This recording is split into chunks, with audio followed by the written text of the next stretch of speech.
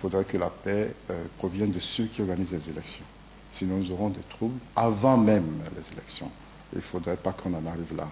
Je pense que le droit de vote est un droit prescrit par la Constitution et que ce droit doit être respecté par toute disposition prise par le gouvernement pour organiser les élections. On ne peut pas prendre des dispositions qui empêchent les Béninois d'exercer ce droit.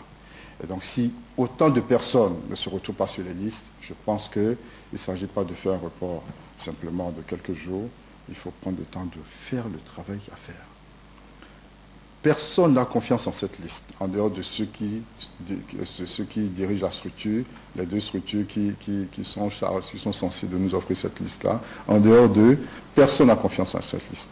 Le plus important, c'est que l'ensemble du processus soit un processus sain, clair, fiable, acceptable pour tout le monde. Je pense que c'est vers là qu'il faudrait aller. Nous allons vers une situation qui, comme vous le savez, est inédite. Puisque le 6 avril, le gouvernement, le président de la République ne le sera plus.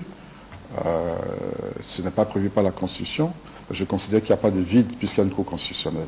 Elle est chargée de dire ce qu'il faut faire lorsque la Constitution est muette dans la lettre ou dans l'esprit.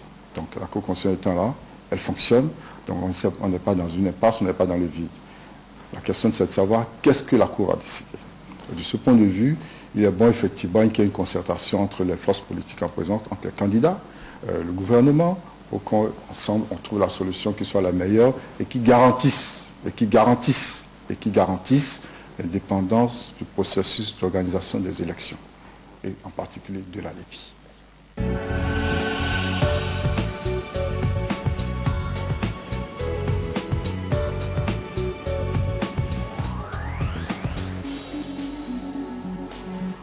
À Cocotomé, dans l'après-midi de ce dimanche, le slogan de ABT a fait grand tabac.